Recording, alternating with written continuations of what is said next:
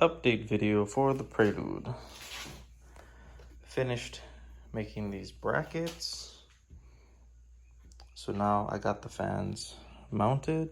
It's currently upside down.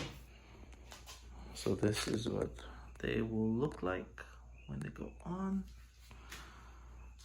I just gotta get the hoses for the trans lines, and I might have to like reroute or extend the plugs for this, the wiring.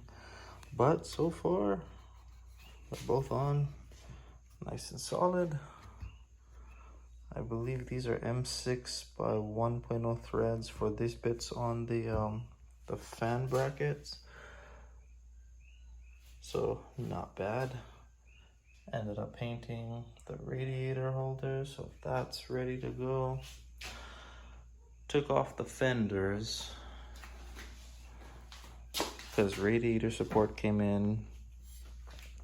Also, I mean, I got these little bits of rust over here I want to touch up and take care of before I end up repainting the car. This radiator support, you can see, is all smashed up. It's all mangled. It's all ugly. Even the AC condenser is all messed. The new one's right over there.